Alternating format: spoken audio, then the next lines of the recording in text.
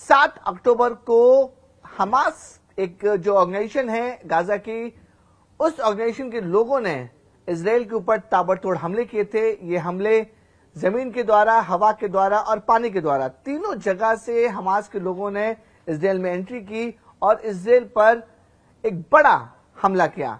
जब तक इजराइल अपने आप को संभाल पाता, हमास के लोगों ने इजरायली को बंधक बनाया और बताया जा रहा है कि आज की तारीख में भी 239 इजरायली नागरिक जो हैं वो हमास के अंडर में, यानी कि हमास के लिए बंधक बने हुए हैं और इजरायली पूरी कोशिश कर रहे हैं कि जो नागरिक बंधक बनाए गए उन्हें किसी तरह से छुड़ाया जा सके। इसलिए इजराइल जो है वो अपनी हर संभव पूरी कोशिश कर रहा है कि गाजा में जो लोग बंधक बनाए गए हैं उन्हें जल्द से जल्द बाहर निकाला जाए।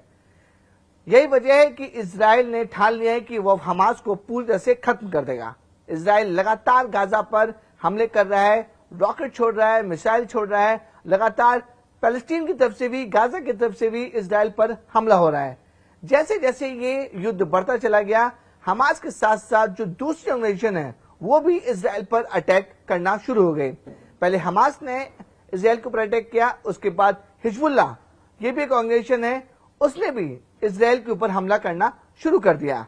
अब कुछ दिन पहले ये खबर आई कि अब हुती, ये एक ऑर्गेनाइजेशन है, उसने भी इजराइल के ऊपर मिसाइल दागी है और इजराइल के ऊपर लगातार हमले कर रहा है।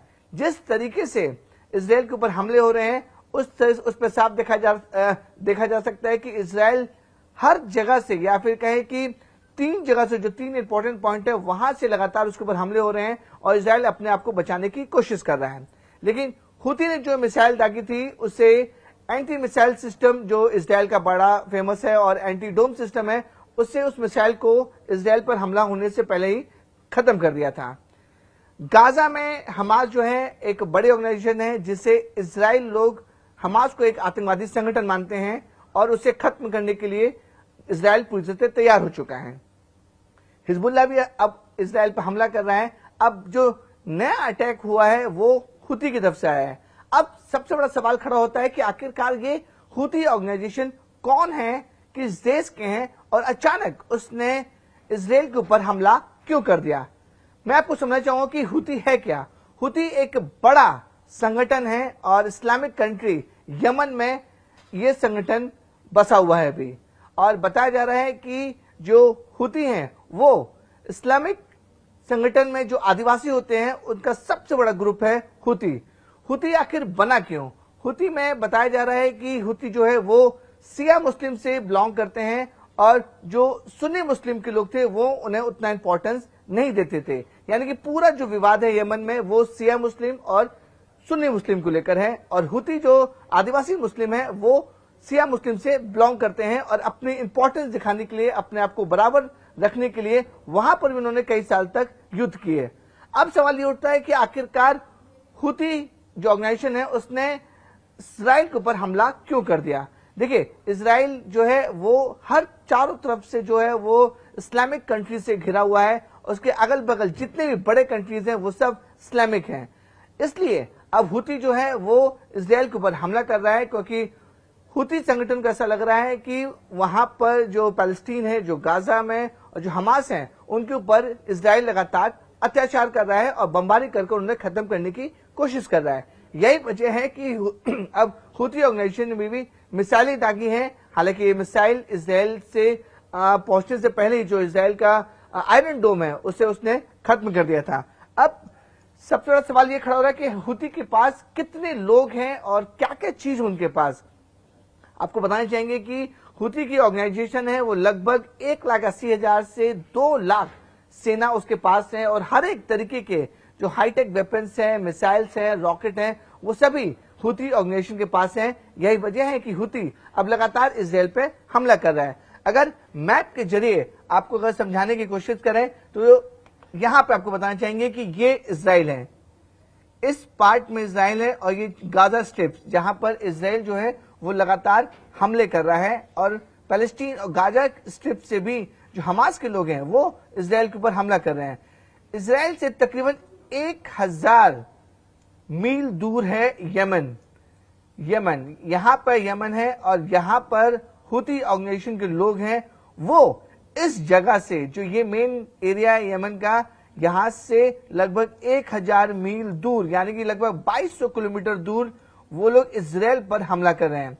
और आप समझ सकते हैं कि इतनी दूर से जो हुती ऑर्गेनाइजेशन है वो इजराइल पर हमला कर रहा है, यानी कि इजराइल जो है इस जगह पर है, यहां से गाजा स्ट्रिप इजराइल के ऊपर लगातार हमला कर रहा है।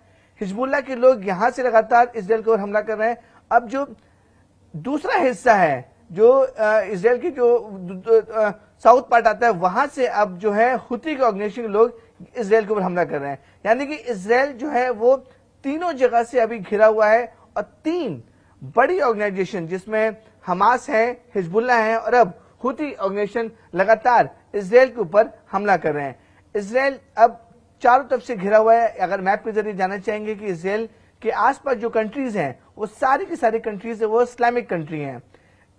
यही वजह है कि इजराइल ने अपने आप को बचाने के लिए और अपने देश को बचाने के लिए सबसे ज्यादा उसने मेहनत की और आयरन डोम बनाया, ताकि क्योंकि इजराइल को हमेशा लगता था कि उनके ऊपर अटैक जो है वो कभी भी हो सकता है। और आयरन डोम इसलिए बनाया गया अगर कोई मिसाइल इजराइल की तरफ आ रही है तो मिसाइल आयरन डोम उसे बचा सके, इजराइल देश को बचा सके और मिसाइल को वहीं ध्वस्त कर दे सके।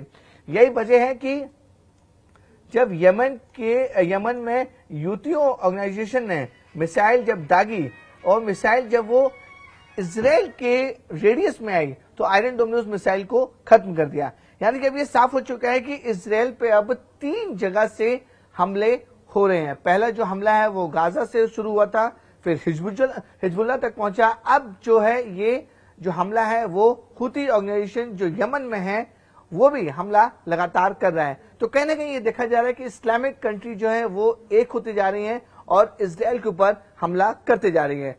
अब इजराइल अपनी पूरी कोशिश कर रहा है कि जो वेस्टर्न कंट्रीज है उनका उन्हें सपोर्ट मिले, ताकि जो दूसरे देशों से जो हमले हो रहे हैं उस पर सीज फायर जो कंडीशन होती है वो शुरू हो सके, क्योंकि इजराइल को भी पता है कि उसके आसपास जो लोग हैं, जो इस्लामिक कंट्रीज हैं, वो उसे लगातार अगर हमला करते रहेंगे तो इजराइल को बचना नामुमकिन हो जाएगा।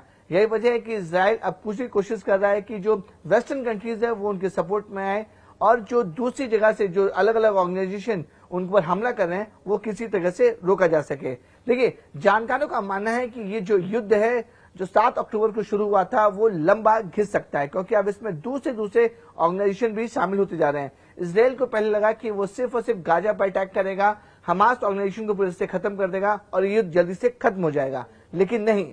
हमास के बाद हिजबुल्लाह भी आए, हिजबुल्लाह भी अब इजराइल उनको रिटेलिएट कर रहा है। हिजबुल्लाह के ऊपर भी अब अटैक किया जा रहा है इजराइल, लेकिन इजराइल को अंदाजा नहीं था कि 2200 किलोमीटर दूर यानी कि लगभग 1000 किलोमीटर माइल दूर यमन में बैठे यूती संगठन भी इजराइल के ऊपर हमला कर देगा। तो धीरे धीरे जो युद्ध है वो लगातार बढ़ता जाएगा। और अब सबसे बड़ी चुनौती है कि जो अलग अलग संगठन जिसे इजराइल आतंकवादी संगठन मानता है वो इकट्ठे हो रहे हैं और इकट्ठे होने के बाद लगातार इजराइल पर हमला कर रहे हैं। तो यानी कि आने वाले दिनों में इजराइल का बड़ा चैलेंज रहेगा कि किस तरीके से वो अपने ऊपर लगातार हो रहे हमलों को किस तरह से रोकता है।